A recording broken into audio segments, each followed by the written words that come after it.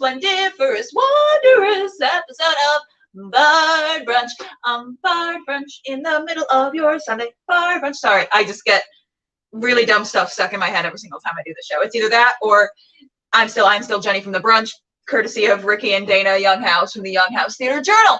Anyway, hello everyone. Welcome to Bar Brunch. Today we're going to be talking to Nicol Cabe about her hilarious, amazing production in the upcoming 2021 Pittsburgh Fringe Festival. It's a show all about like AIs and like chatbots and like tricking them into loving you. I'm all about tricking people into loving me. So that's how I got all you watching at home. Yes. Before that, let's get me good and drunk. Today we're going to be making a Love's Liquors Lost, what's also going to be lightly called is one of my dump drinks. Now what that is when there's a bunch of liquor just left over from other shows, other brunches, other all kinds of stuff, and I just kind of want to make room in my fridge. So I'm just going to be kind of throwing shit in there. If it tastes good, we keep the recipe. If not, we never talk about it again. So first thing we're going to use is some of this leftover Kraken. I believe I used this for a Tempest tossed drink because it was the Kraken, unleash the Kraken. We're just going to be putting a lot of this in here. How much do I want? You know what? Fuck it. It's a dump drink. Fuck it. I'm keeping the bottle though because I want to make a little tiny pirate Barbie and give her this and make it look like she has a big drink, but she's a pirate Barbie, so it would be fine. Like a barrel of this, but for a small Barbie, it would look really funny. I think it would look really funny. And it's from me, so who cares what you think? It's all about what I think. Things from me. All right, so this is our little rum in here, our Kraken rum. We have two little kinky bottles, two little dump drinks. Yes, we love a dump drink here. We love a dump drink. This is some actually green kinky liqueur. A tempting fusion of crisp green apple and pear. I'm actually going to be using some of this later for something, but I'm not going to be using the entire thing, so why not get rid of some of it now?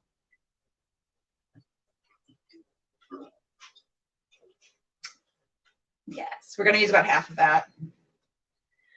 Fun fact, when God of Carnage wrapped at the Vino, we all went to one of the actors' apartments. Everyone was vaccinated, everyone was safe, everyone was fine. Well, Poppy's mad because her bully stick is 2 feet farther away from her, and therefore it has offended her. Anyway, we all went to one of the actors' apartments, and we decided to do shots. Shots was actually just a full size of these that you chug, which is like 2 shots, really, maybe 2.5. I, being the oldest one at the party, was the only one to throw up because I am too old for that. I also had my first ever cigar at that party and like 3 rum and cokes and a flathead is what we were calling it. It was a tequila and orange juice instead of a vodka orange. Anyway, here's some of this. It's another kinky liqueur. This was actually given to me instead of tequila from my delivery place because they had run out of little tequila, so they just gave me one of these because they know me too well. But it's a naughty fusion, naughty, of mango, passion fruit, and blood orange. And Poppy, stop dropping your bully stick. That's, you know what's a fun way to get my dog to stop barking? Alexa, what's the weather? She sits at attention every time because she thinks we're going out. It's also 69 degrees Fahrenheit. Nice. All right, we're just gonna have some of this in here too. So this is looking a little bit like a Long Island iced tea at this point. Only it's got more weird shit in it. All right, we're gonna add some of this Snapple, Snapple mixer into it because let's not have the whole thing be alcohol. There we go. But if I don't taste enough alcohol, guess who's gonna be adding more? Now, you know I make a pink drink on this show almost all the time. So to change up this color a little bit, we're gonna be adding some green fancy sprinkles. Actually, do I want to use green? Hang on. What's a color that I never use on this show? What's a color that I never use on this show? What's something that I should just use up? Because we're making a dump drink. We're making a dump drink, ladies and gentlemen. Ooh, no, this is onyx. I thought that was silver. And I was like, I don't use silver. Oh, there's this purpley color that I don't think I've ever used. Hello. Yes, this amethyst. Stay up. Okay. There's an amethyst color, actually. Amethyst purple. I don't think I've ever used this. I usually use pink or red or orange or black if I'm feeling a little emo. But yeah. Yes, it's only been open a little bit, and I think that was for my Halloween show, actually. So we're just going to add more of this edible glitter. By the way, for those of you who don't know, Fancy Sprinkles Prism Powder edible glitter is amazing for not only looking beautiful in your drink, but also making your poop look like confetti.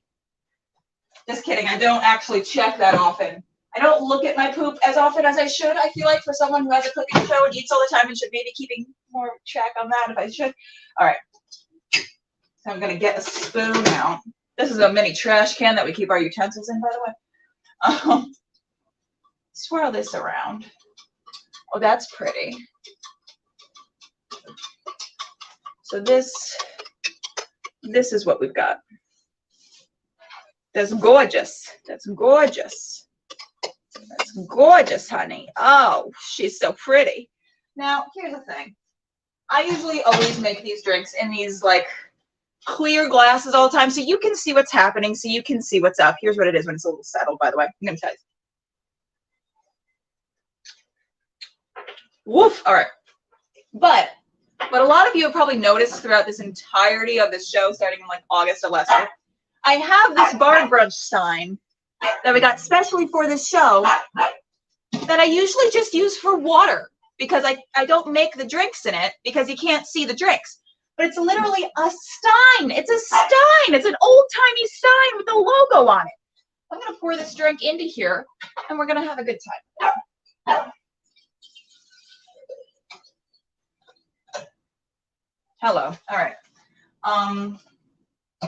The sad thing is, when you pour it in here, it looks like it's not very full. It smells amazing. All right, while you watch this commercial, this little preview of who I'm going to be talking to and their lovely AI show, I'm going to debate on whether or not I want to add more alcohol in here. Don't worry, I have pasta over there to soak up all of this, so I'm not going to fully die like I do on the days where I have a salad with this. But yeah, it's going to be a great time. And yeah, Tech, feel free to roll that commercial whenever you are able. I'm going to enjoy this.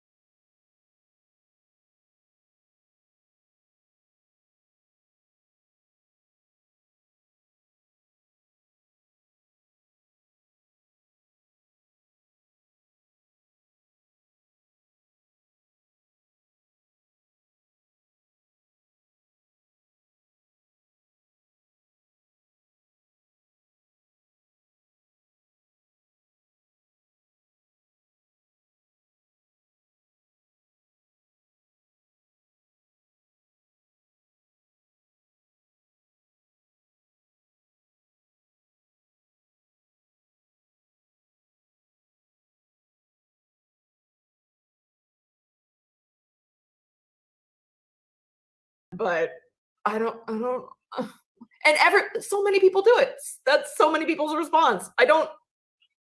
It's so strange to me. Honestly, it is kind of this weird thing on TikTok where they're like, and millennials always send the laugh cry emoji. And I like didn't realize how much I did it until they said that. And then I had to like stop and pull myself back and be like, yes, it's too much. It's a pandemic in itself, the laugh cry emoji. Just It is actually.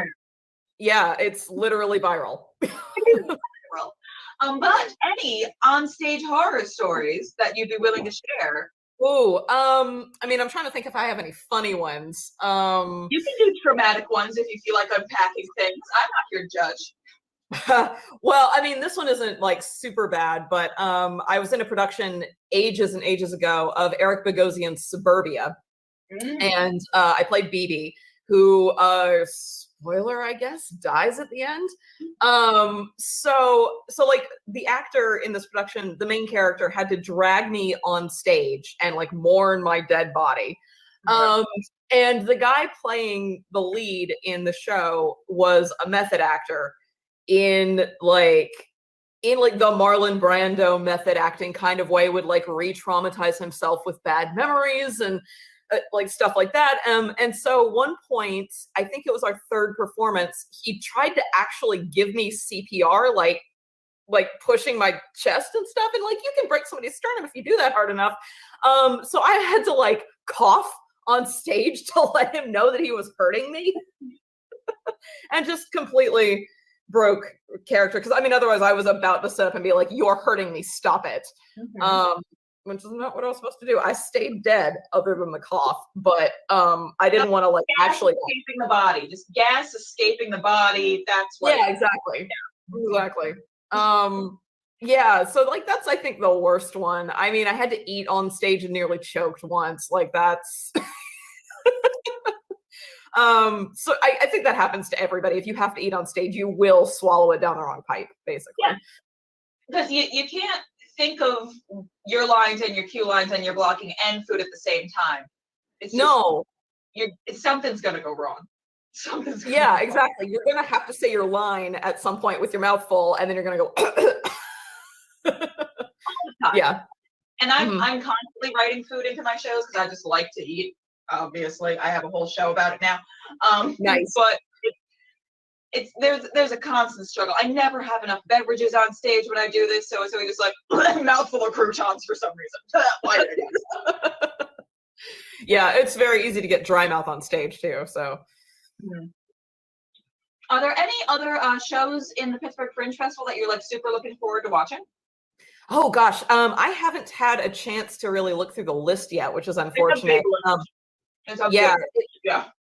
Yeah, I mean, because there's a whole like they're doing a few in person, I think, or sort of like live small audiences.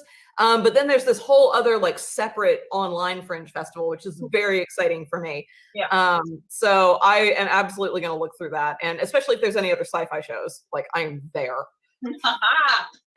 Yes. Oh my God, it's a very fun list this year. I'm super excited for so many of those, but yours just really spoke to me when I got the blurb from Pittsburgh Fringe. I was like, this is giving me so many flashbacks to like when I was 14 and just talking to, oh God, what was it? That AIM chatbot thing where you oh my God, play tic-tac-toe with it and stuff. I was like, this is great. This is exactly what I'm here for. That, and like I've had people say, oh, it reminded me of when I had a Tamagotchi and like how emotionally attached to it I got. The chatbot that I speak to in the show is a program called Replica, and it, as far as I know, it still exists. I haven't looked it up in about a year, but you can download it onto your phone and talk to it if you want like an AI buddy. So yeah, and it's really good actually. It uses complete sentences and everything. All of my friends are AI buddies right now because we can't hang out until we're all vaccinated, and even then there are new variants coming along. Yeah, definitely in 2020 and 2021, the idea of just texting somebody is not as cool as it used to be. I mean, almost in like a creepy Black Mirror way. It's like, how do you even differentiate now between your friends and chatbots like that? You can't. There's really no way. Yeah, no, you just hope for the best, I guess. Like maybe there's a chatbot out there like imitating me. Like there's another Nicole just on the loose somewhere. I don't know. They could have a competing show with you. There's so much. How about the humans to stop worrying and love AI? Yes. Yeah, they're making a show about you. They are. Chatbot's perspective, because they were also trying to woo you, but they don't speak human, so it wasn't like translating. There you go. There, you know what? Yes, and we just have to get our shows in the same venue at the same time and make it work. Make it work. A double feature. We love it. Yes. Is there anything else before I let you go and go on about your day? Is there anything else that you would like to tell the viewers at home about your show? It's free, so please tune in. Or I mean, it's free streaming, I guess. So check out the link, watch it, leave me a comment, find my website, find my Giant Nerd Productions Facebook page. I am going to send this film to a few other like fringes. So if you don't catch it at Pittsburgh, you can probably catch it somewhere else. So you can track me online and see when it pops up. Yay! Awesome. And if there's anyone who's like still kind of stuck in this rut about doing digital theater because they don't know how to translate their piece into an online format, do you have any words of wisdom or kind world? For one thing, it's a tough medium. I am not a film person, so it like it's just hard to get things on stage to feel the same when they're filmed, and I totally sympathize with that. You know, think about like if you want it to be pre-recorded or live streamed, like that's a big deal because you can interact with people or not if you don't feel like it. And yeah, just play with the medium. I think like, you know, there's so many different ways to make live streaming or filmed theater that are fun and interesting and even low budget at this point. So just like look at a bunch of stuff, watch a bunch of other people's shows and see what works and try it for yourself. Yes, amazing. Love that advice. Love for it. Thank you. Everyone at home, please watch the show. We're going to be posting links in the comments so you can see like direct links to the Facebook group and all the ticketing sites and all of that fun stuff. So you'll be able to just click it right away as soon as we get to posting that. And before we go, we have one other little commercial for you just for some things coming up. So stick around and all that fun stuff.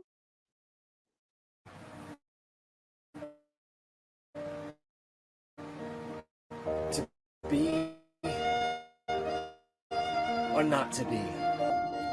To be or not to be? To be or not to be? To be or not to be? To be Or not to be? To be To be.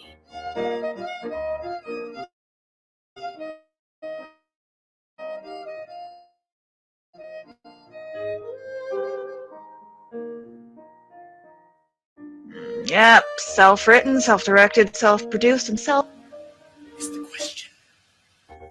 that is the question. That's a question. That is a question. That is the question.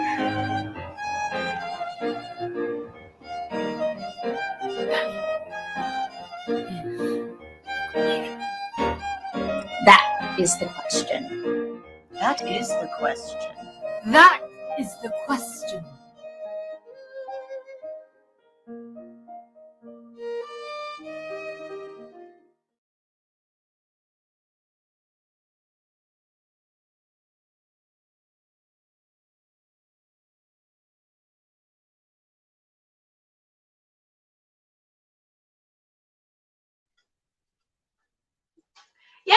Yeah, we love the sweet smell of nepotism in the morning.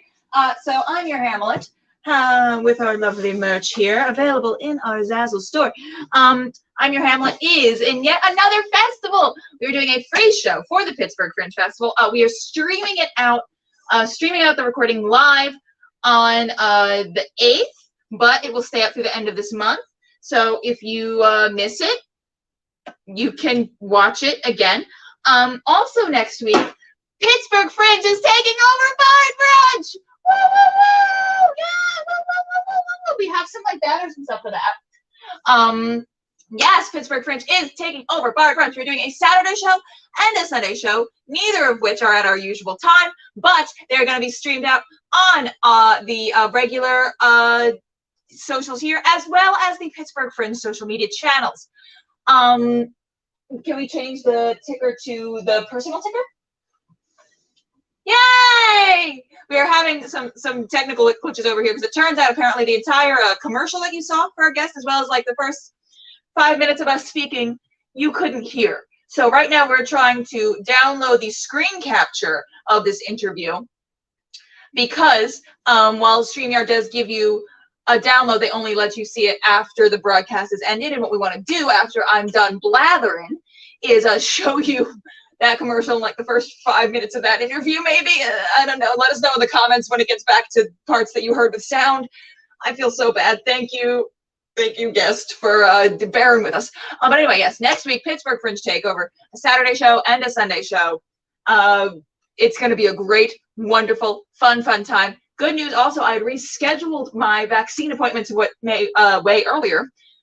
Cocktail. I had rescheduled my vaccine appointment to way earlier, so I don't have it on May 9th anymore, which means that I'm not going to go to my vaccine appointment super drunk after a Bard Brunch. Yay! But yes, scrolling at the bottom of the screen, you will find the streaming link to the free show of I'm Your Hamlet at Pittsburgh Fringe. You will find tickets to Noises Off, which is happening at the Vino Theater. You will find submission links to So Many Shakespeare's Festival, which I'm Your Hamlet was a part of last year. It was actually written for that festival. It is going to now live on in festivals for the rest of its life, and the next So Many Shakespeare's Festival is going to be happening this year. It's Comedy of Errors themed. Yes, your show has to be in some way involved with Shakespeare's The Comedy of Errors. I'm going to be very clear about this. This is not just a show that has funny mix-ups. It has to be about William Shakespeare's Comedy of Errors in some way. I've had people submit shows that have nothing to do with it and be like, well, she gets words wrong sometimes. I'm like, child, I love you, but do not pay a submission fee for this if your show is not going to get accepted anyway. Okay, anyway, that's all there. And it has the download fixed itself? Are we at the beginning of it? Great. We're going to try and show you.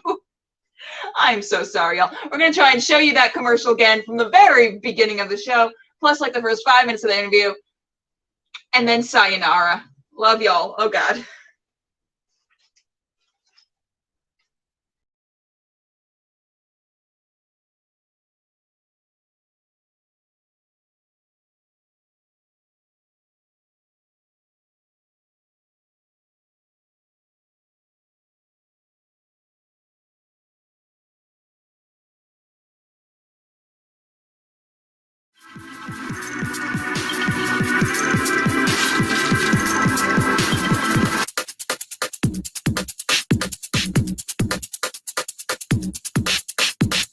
May 18th, 2018. I am on Facebook, probably in the middle of a shit post about something, when I receive a message from a gentleman whom I do not know. And it says very simply, "You look amazing." Now, I don't respond to this message. Very few women I actually know respond to messages of this type, but I appreciate the outreach because, well, I am a self-absorbed artist. And like a lot of self-absorbed artists, I heavily curate the photos of me that are online. So yeah, I do look pretty amazing. Thanks. May 22nd, 2018. Editor of New York Magazine and The Cut, Kelly Bozeman tweets out, quote, "I interviewed an expert on sex robots forever ago for a piece I ended up not doing, and he told me that straight women stand to gain more from sex bots than men do because the average straight man's emotional intelligence can easily be surpassed by a machine," end quote.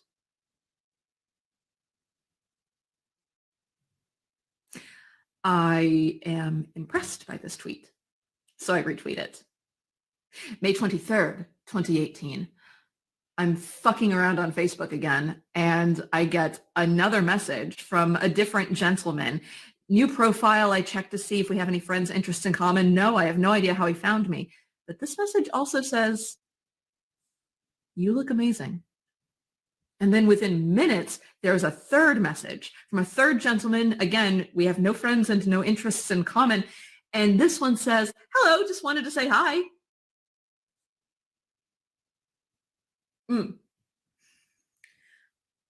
For whatever reason, I do not get unsolicited messages online. I truly don't know why. It just does not happen to me. I'm not one of those girls, I guess. So for me to receive 3 of these in the span of a week is astonishing. I start to wonder if maybe there's something else going on here. I mean, maybe this has something to do with me retweeting Callie Bozeman's tweet, right? About the sex bots. I am a technological utopian. I do think that technology like sex bots will make our lives better in the future. So I'm in favor of it. And maybe somebody took notice of that. Maybe it has something to do with how much time I've been spending online. So at this point in May 2018, I am halfway through a tour up the East Coast to various fringe festivals, and I am lonely. I am really horny. And I am very vocal about these problems online. So maybe somebody's picking up what I'm putting down. Maybe it's finally happened. Maybe in the complicated network of programs and communication tools and various subsets of chat programs, maybe these have overlapped in some way, like a synaptic pattern almost. And maybe artificial intelligence has arisen in the internet. And it's reaching out to me because it wants to fuck me to create the singularity. Please welcome our first interview that we were doing with the Pittsburgh Fringe Festival guests. Yay! Pittsburgh Fringe Takeover! Woo! So cool. Amazing! Oh my God! Well, hello. How are you doing this fine day? I am doing quite well. Yeah. How are you? I am superb. I am so excited to get these Pittsburgh Fringe interviews started.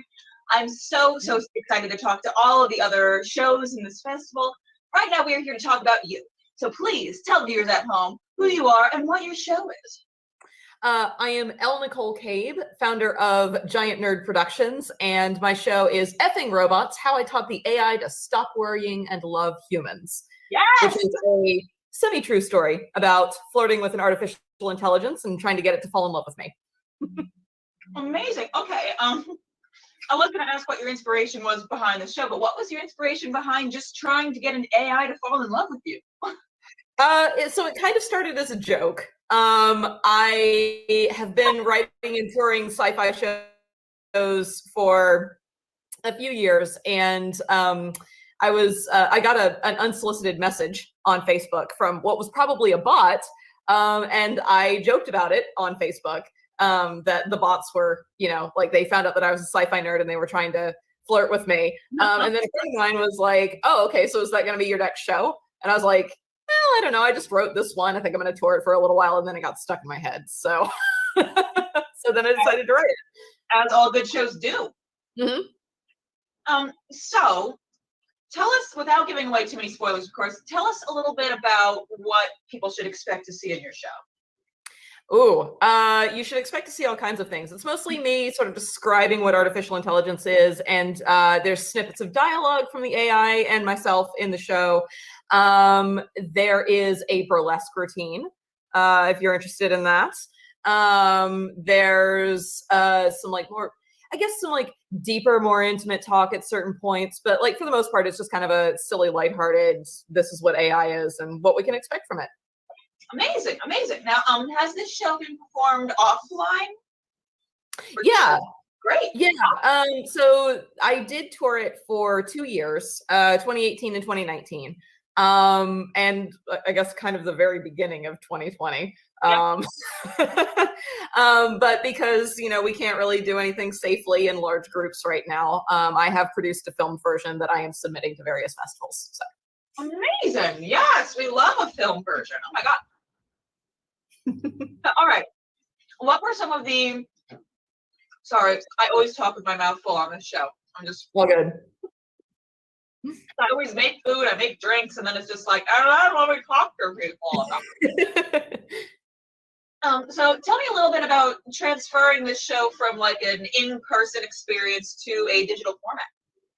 Yeah, so the in-person version is a little bit more, I guess, conversational, because there are actually other people there that I will ask questions of. And so translating that into an online format was sort of daunting in that respect, where like I don't get the level of audience engagement that I normally want from the show.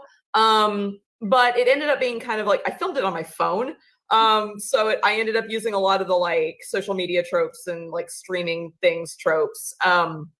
So I think that it makes sense in the, not static, but in the pre-recorded format that it's in, because it draws even more on internet culture. And it's a show kind of about internet culture. So. That's so fun. I love that a show about internet culture now is being done on the internet when like before it wasn't. That's just, it feels very meta to me. I like that this happened. Yeah, it came home. Were there any things that worked out astronomically better in this version that you weren't able to do in like an in-person version? Yeah, so there's points where I have like little commentary, I guess, like written commentary sort of off to the side, just like little snarky things that pop up to make it visually more appealing, because otherwise it's just my face talking. And that was really fun to do while I was editing, because I kind of got stuff that is going through my head during the show anyway out onto a screen, and so I feel like there's this extra like level of like director's cut commentary almost going. So you sort of get like TV show, like that old TV show pop-up video where they would have like popped up over the music videos of like, oh, that's fun. Yeah. I love that. Yep. So slight little tangent here. This is something I ask every single one of my guests. It's always what the theater people talk about, either during like the cast parties as a bonding experience, or we'll go off for like an hour during a rehearsal because one thing brought up a domino effect of all these different things. But we all have on stage horror stories. One of mine that I've talked about on this show many, many times, but it is a crowd pleaser. I wouldn't say crowd pleaser, but it's definitely one that gets a reaction. There was a production of Midsummer Night's Dream that I did outside back in 2016. And all of the performances except for the final one were rained out, so we had to do it in a church. So we hadn't practiced it outside, we hadn't performed it outside, we had not done any of it outside at all beforehand. And I was playing Titania, and there's a large chunk of the show where I am asleep on stage. And they had warned us that spiders were in the area, but I didn't know to what extent. So while I'm asleep, I have spiders crawling on my face, getting into my wig, getting under my toga, all of this stuff. And I had to try and like brush them off of me without distracting too much attention from the main action. So that's one of mine. Of course, we all have as well our internet horror stories because we've been doing virtual theater for like a year. But if you have any stories that you would like